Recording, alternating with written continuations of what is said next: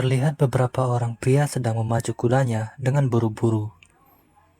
Dia adalah Raja Kuang He yang beberapa hari ini melarikan diri dari kejaran pasukan kerajaan yang memberontak. Sementara menunggu bala bantuan, mereka bersembunyi di sebuah rumah kosong.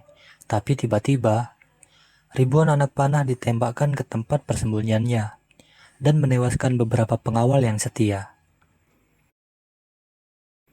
Taeyul yang selamat dari hujan panah, kemudian dengan gagah berani menghadapi para pemberontak sendirian.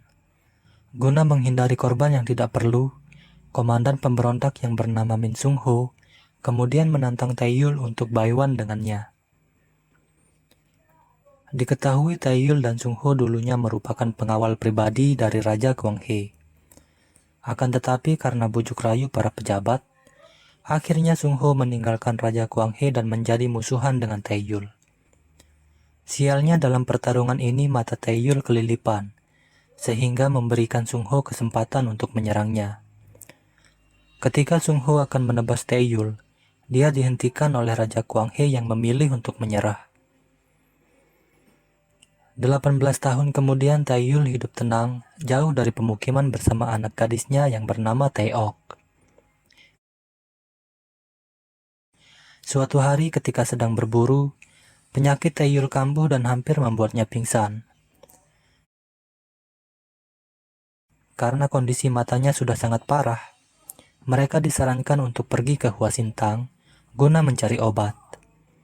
Si tabib yakin bahwa mereka akan mendapat obat jika menyebut namanya. Taeok berusaha membujuk ayahnya agar mau pergi ke Huasintang. Namun entah mengapa ayahnya menolak pergi ke sana, yang membuat Taeok menjadi bingung. Setelah mengancam akan pergi sendiri, Taeyul akhirnya mengalah dan setuju untuk pergi bersama Taeok. Keesokan harinya mereka pun turun gunung dan pergi menuju Huasintang.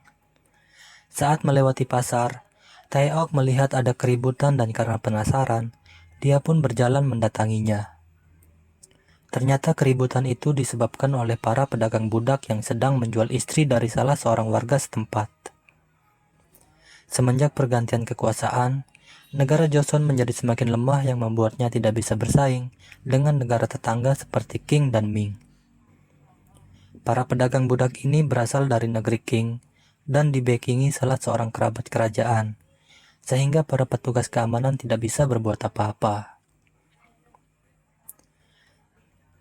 Di tempat lain, seorang pejabat Joseon bernama Lee Man-hyuk sedang menjamu utusan dari negeri Qing. Kemudian salah seorang kerabat kerajaan dari negeri Qing datang dan bergabung.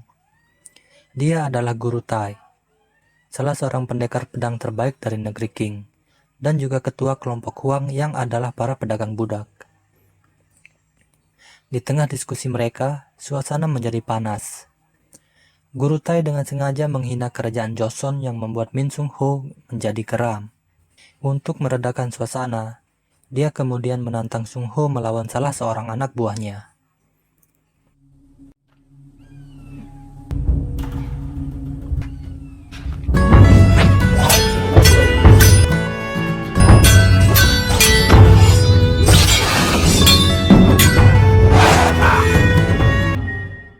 Duel dihentikan ketika pedang Sung Ho hampir menusuk leher lawannya. Guru Tai dan anak buahnya kemudian pergi meninggalkan perjamuan itu. Taeok yang telah tiba di Huasintang harus kecewa ketika pemilik Huasintang yang bernama Huason tidak memberi obat yang dibutuhkan ayahnya. Mereka pun pergi dengan kesal karena merasa telah ditipu oleh si tabib. Guru Tai datang ke Huasintang untuk menawarkan bisnis perdagangan budak kepada Huason. Namun Huason menolaknya secara halus.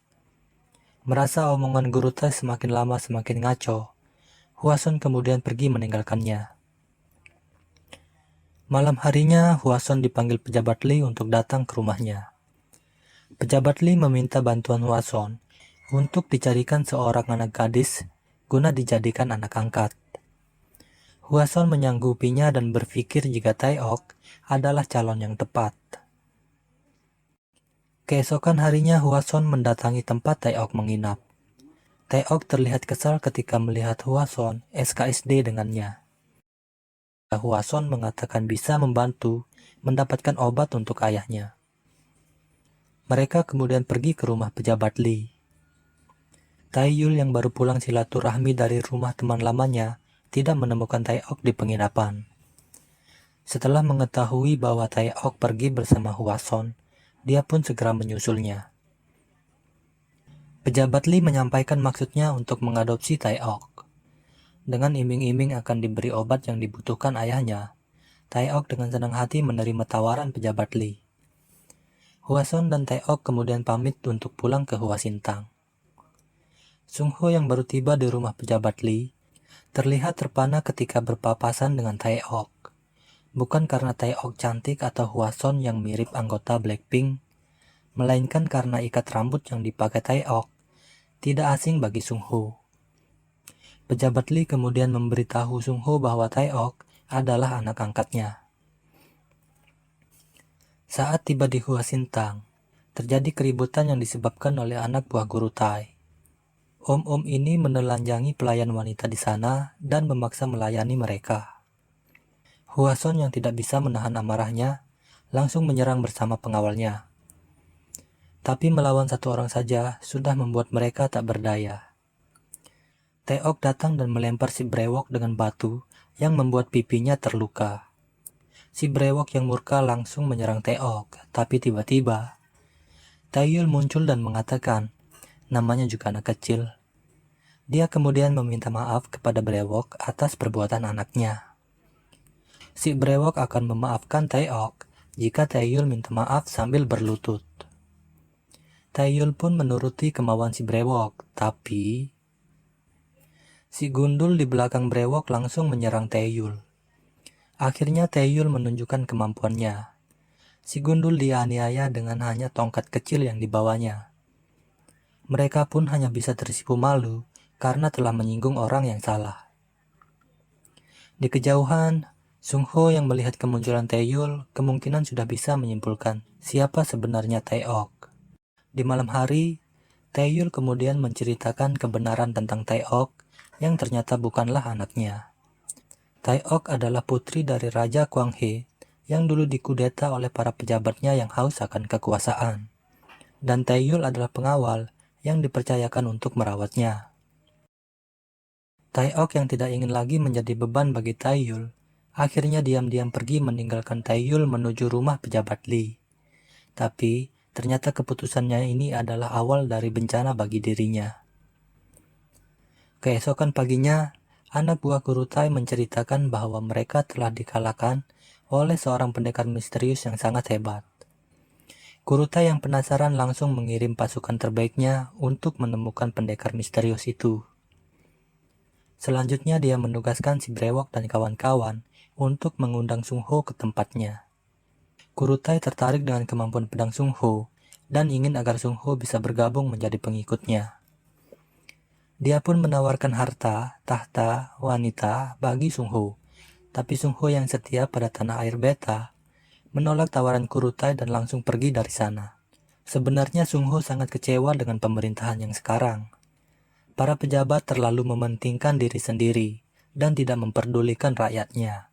Lebih parah lagi, dana bansos pun mereka korupsi yang notabene-nya diperuntukkan bagi rakyat miskin dan kurang mampu. Sungho sangat menyesal telah membantu menggulingkan Raja Kwanghe. Dia pun memutuskan pensiun dari pemerintahan dan menjalani hidup apa adanya. Di tempat lain, Taeyul yang tidak mendapati Taeok di penginapan memutuskan untuk mencarinya. Saat melewati hutan, pasukan yang dikirim Guru Tai menyergap dan menyerangnya. Taeyul yang sedang buru-buru, tanpa basa-basi langsung membantai mereka. Utusan dari negeri Qing mendatangi Guru Tai dan memperlihatkan surat yang dikirim oleh pejabat Lee. Guru Tai menjadi murka setelah mengetahui bahwa pejabat Lee ingin dia mati. Malam harinya, Guru Tai datang bersama pasukannya dan membantai orang-orang di rumah pejabat Lee.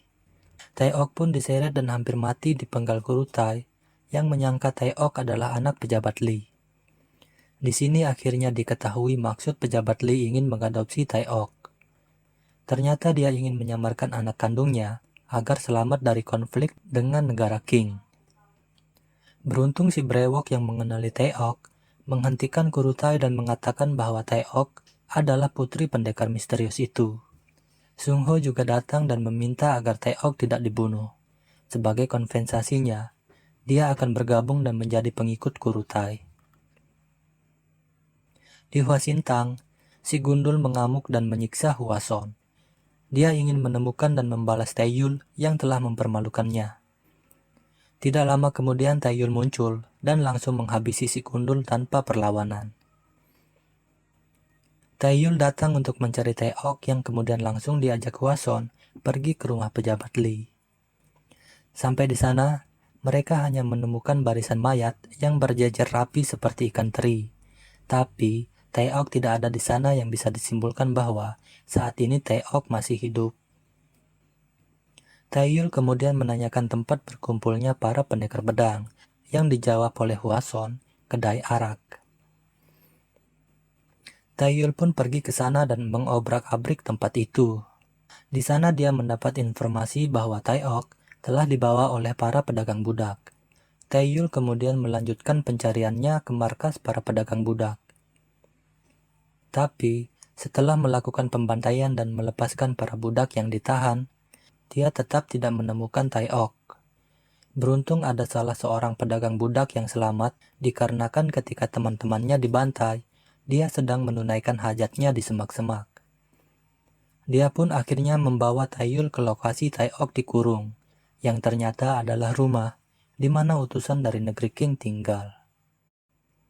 Di kediaman utusan dari negeri King, pejabat Lee datang membawa pasukan kerajaan dan memberi ultimatum agar Kurutai segera diserahkan. Jika tidak,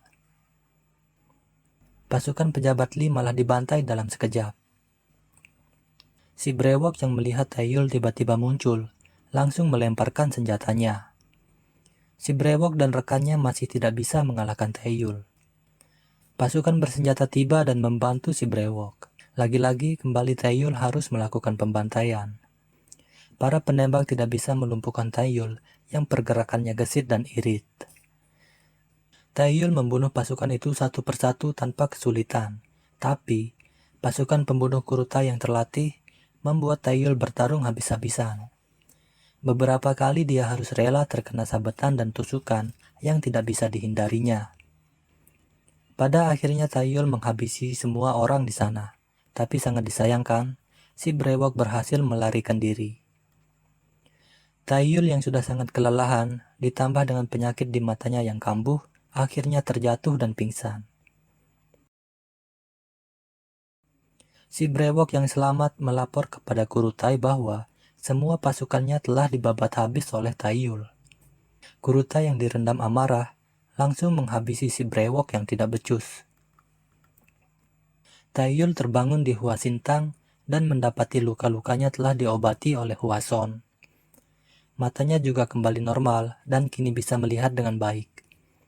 Hwason menyarankan agar Taeyul istirahat dulu, tapi karena sangat khawatir akan keselamatan Taeok, Taeyul pun pergi tanpa basa-basi. Taeyul lalu pergi mengunjungi teman lamanya yang adalah seorang pandai besi. Di sana dia diberitahu jika kelompok Kurutai ada di dermaga. Dia juga diberikan pedang baru yang mirip dengan pedang lamanya. Tak ingin menghabiskan waktu, Taeyul pun memacu kudanya menuju dermaga. Sampai di dermaga, dia dihadang oleh Sung Ho yang memintanya untuk menyerah, tapi Taeyul pun bertarung kembali melawan Sung Ho setelah sekian tahun lamanya. Namun Taeyul yang dulu bukanlah yang sekarang. Taeyul mengalahkan Sung Ho tanpa membuatnya terluka, tapi Kurutai muncul dan membunuh Sung Ho yang dianggap tidak berguna. Kurutai kemudian menantang Taeyul untuk bayuan dengannya. Jika Taeyul menang, maka Taeok akan dibebaskan tanpa syarat. Taeyul pun mengikuti Kurutai ke arena di mana telah hadir utusan dari negeri King, Sung Ho dan pengawalnya, dan Taeok yang dijaga ketat oleh harem Kurutai. Melihat Taeok yang diperlakukan layaknya hewan peliharaan, membuat Taeyul tidak fokus melawan Kurutai. Beberapa kali dia terkena sabetan pedangnya, tapi dengan semangat baja dan tekad besinya, Taeyul berhasil menipu pergerakan Kurutai untuk mendekati Taeok dan menebas leher harem Kurutai. Kurutai yang kalap melihat haremnya terkapar, menyerang dengan membabi buta tanpa memperhatikan kode etik perpedangan yang membuat lehernya tersayat dan dadanya tertusuk pedang Taeyul yang mengakhiri hidupnya. Selesai sudah perjalanan Taeyul menyelamatkan anak gadisnya dari perbudakan. Akhirnya mereka kembali lagi ke gunung, di mana mereka menjalani kehidupan dengan damai. Dan film pun